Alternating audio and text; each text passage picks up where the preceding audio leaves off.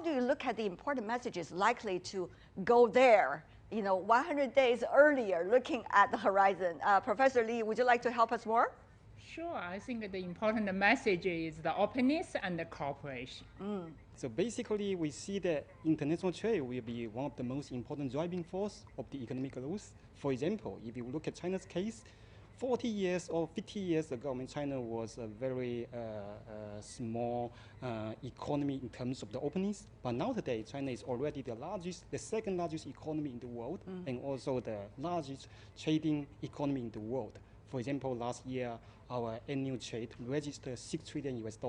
Tell me more about your thoughts relating to the results of the Openness Index. I think the report does some things that other discussions of openness often fail to do. It recognizes that openness is not just an economic concept, so they have notions of social openness and cultural openness. It's a very rich notion of openness, and that's very important, I think.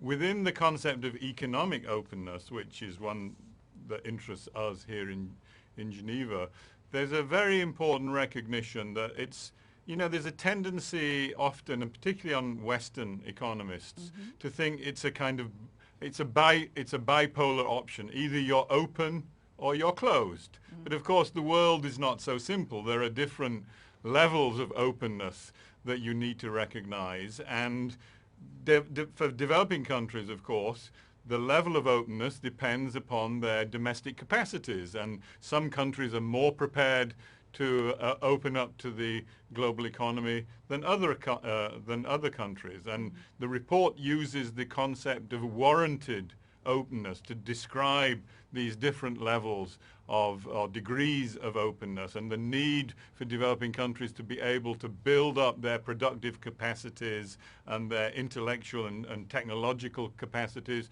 to make sure that openness supports a more stable and inclusive and dynamic growth path. So that recognition that you can't just talk about openness, economic openness in an abstract way, but you have to link it to the health of the domestic economy. I think that's a very important contribution that the report has made in terms of trying to understand openness and its impact particularly on developing countries. I've got to say, indeed, the world trade map is separated to three trading blocks.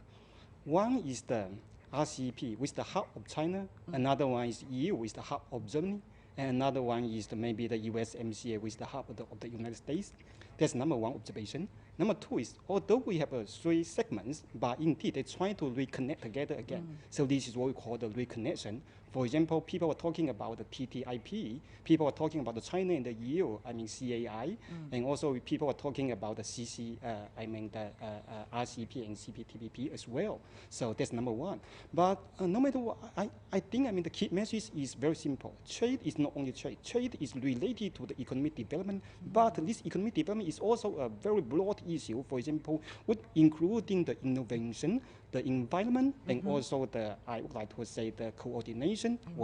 This is what we call the harmony, and also the co-sharing as well. So I think that we need to follow these 5 key ideas to boost the economy, not only for the Chinese economy, but also the whole world economy as well. That's a beautiful way you put it.